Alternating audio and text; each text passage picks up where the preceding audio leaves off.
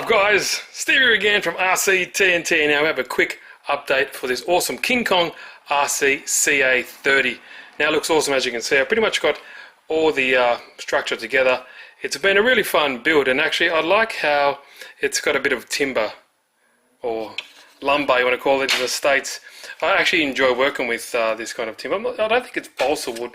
I think it's actually pine, so you can stain it to get a really nice finish. But as you can see, I haven't finished with this yet because I want to show you it all before I lock it all down to the actual chassis itself. But as you can see, everything is nicely put together, and currently the build has gone together really well. The only thing I had issues with was these scale little bolts, but the problem was I couldn't find the small socket that you need. So you get two. You get one which is 2mm and one which is 2.5. Now the larger ones, or the smaller ones here, are 2mm, and the ones here, for example, on the back here of the tray, you just get it, these ones here, these are the 2.5mm. So just make sure you don't lose these, because they were buried in the kit somewhere and I couldn't actually find them. But one of you guys commented saying, yep, they're in the kit, check them out, and there they are there. So there's one 2.5 and one 2mm.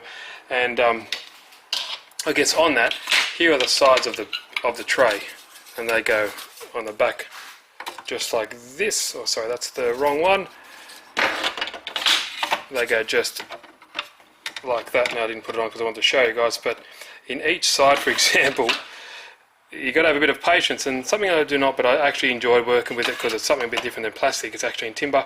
You need, I think, 62 in each side, so 62 there, 62 there, and I think another about 60 odd here, 62 there. So there is so many of these small little scale screws that you make sure that you don't lose that little socket, because I was trying to find something else, but I didn't have any, but lucky I found that.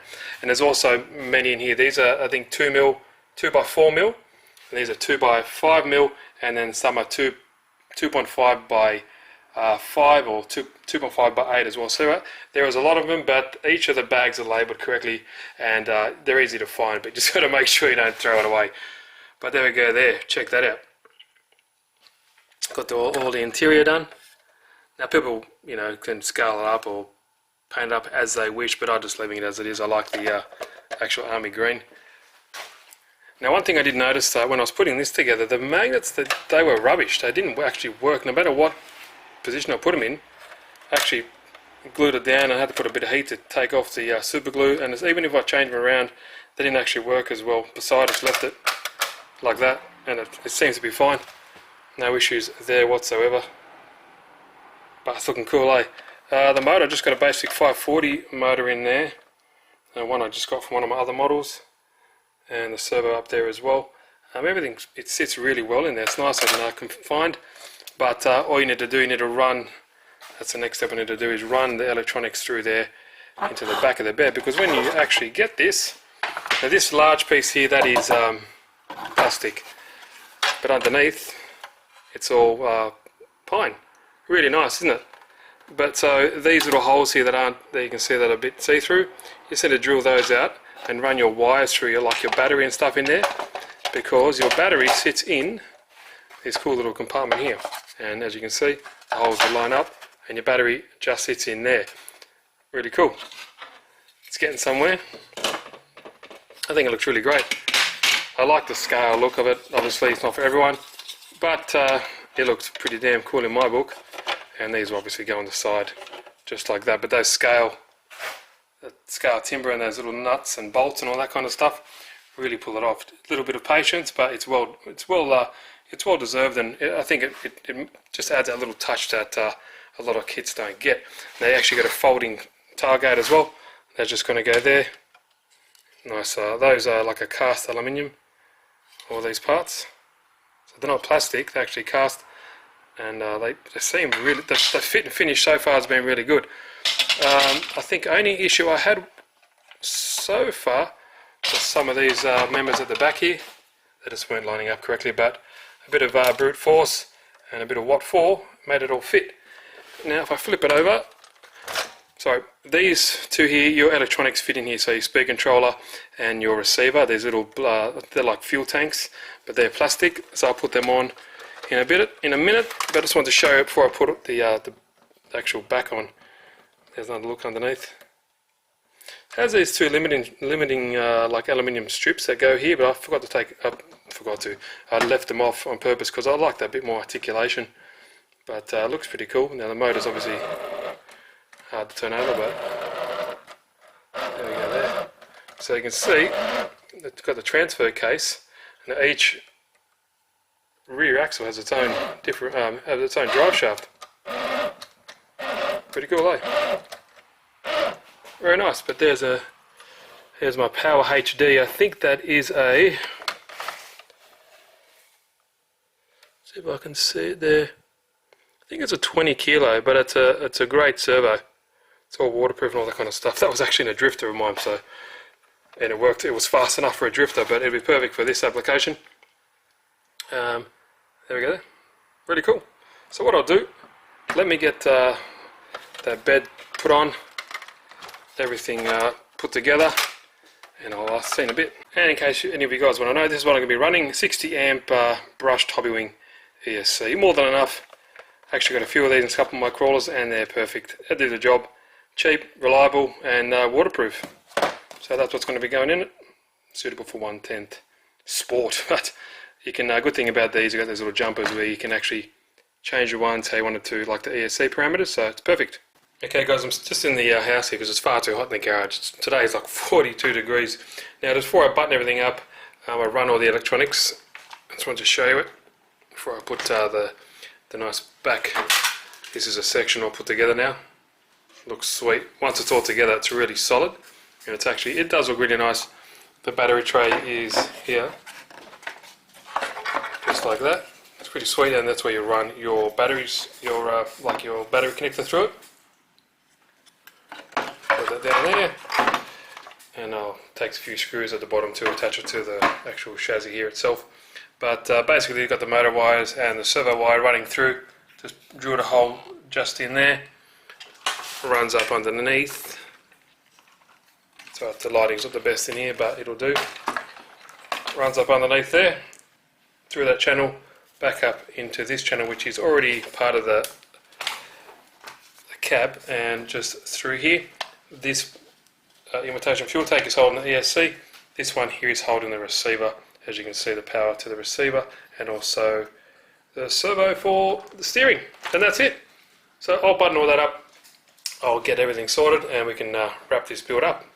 Okay, the CA30 from King Kong RC is all finished and put together.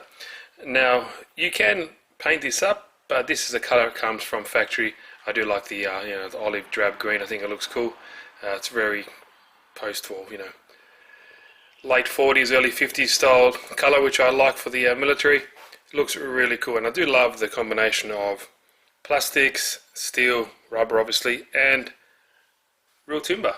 So it's like a nice pine there, and you can also stain that up too. I might do that later on in the future. I just have to get this build kind of pumped out, but that would look really nice stained up, or weathered as well.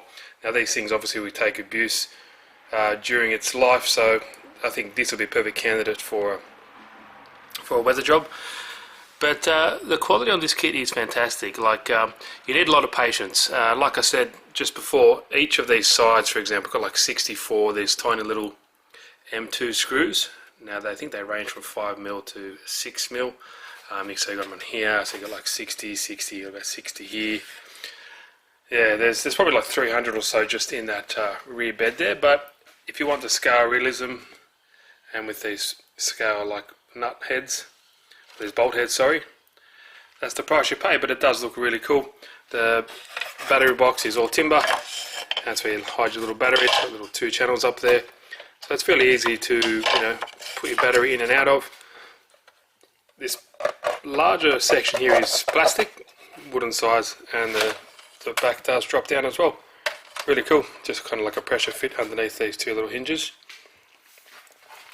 But also, you need patience for is these wheels. As you can see, there are heaps of little nuts and bolts that you need to put all together, but end result is fantastic realism, and I think you realise it when you see it in person, you know what I'm talking about. Same goes with the leaf sprung suspension and the whole drivetrain. Actually, it's actually really nice. I'll flip it over in a second. Detail interior as well. Obviously, you can paint it all up if you see fit, but I'm just leaving it all as it is. Nice working bonnet there as well. It's got a 340 size motor in there. It's got a really nice transmission as well, and the servo is right up the front, just nestled up in there as well.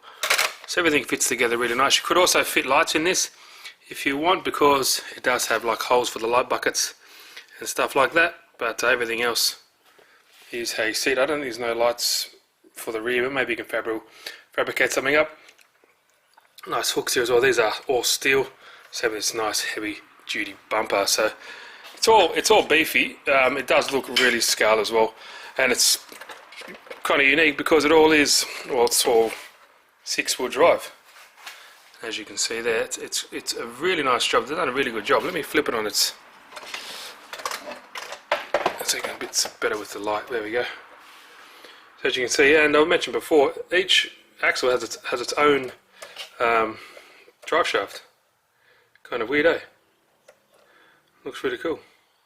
So you got your transfer case, so you got your motor, your gearbox, transfer case. You got the one drive shaft to the front diff there, and then you got one own axle to the first diff, and another one, a longer drive shaft coming off the transfer case, all the way up to the rear one as well.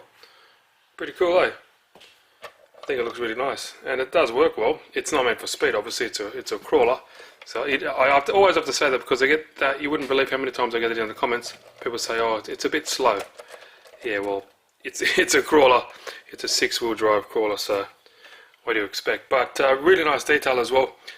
I replaced some of these little detailed bolts with some nice cap heads because I just couldn't get the purchase, and I stripped some of them out, so just replaced them with that. But normally the whole kit would have all these underneath. I think there's 2 more there that I replaced. That's about it. Yeah, pretty cool. But it does look really nice, doesn't it? I don't think you can complain about the quality of the kit. It's a little bit pricey, but you do pay for what you get. These fuel tanks on the side, they are plastic. That's where you hold your electronics. That's where my receiver is, and that's where my ESC is. You can see all the wires running through, and I put my on and off switch there as well. But overall, very impressed with it. Let me put a battery in and I'll show you how quick it goes, or sorry, how slow it goes. Okay, got a battery in there. Let's give it a first test. Now it depends on how many cells. That's a 3 cell. They don't expect high speed out of it. Like I said, it's just a crawler. But it does look really cool on going. It's got to give you pretty cool corner capabilities because it is a real 6-wheel drive. Now you can see the shadow here, it's still orange, man. It's still a lot of bushfires around here, so it's pretty crazy, to be honest. I love how the 6-wheel drive just looks cool. So I'll definitely take it out on another test. Don't worry about that, guys. But, this video is going to show it all buttoned up and running. I think it looks really cool. Now the leaf sprung suspension is not going to be as good as, you know, the modern day counterparts, but it does a pretty good job, to be honest. Especially the rear. I noticed that the rear has a lot of flex. You can see which is nice. It looks cool too. Pretty sweet, eh? Definitely does look cool. I must admit, it does look really nice, and they've done a great job on the scale. Kinkon RC makes some fantastic products, that's for sure. But I think I'll leave it there, and let me know what you guys think. So yeah, guys, so I just got out of the sun. Hope you enjoyed it. Hope you enjoyed the build. I'll do another video, a running video of it, to see how it actually performs, but so far so good. It looks really cool. Now, hope you had a great year, guys, and hope you have a better New Year in 2020. It's 31st of December here, so Happy New Year, everyone. See you in the next video. If you like the video, give it a good old thumbs up.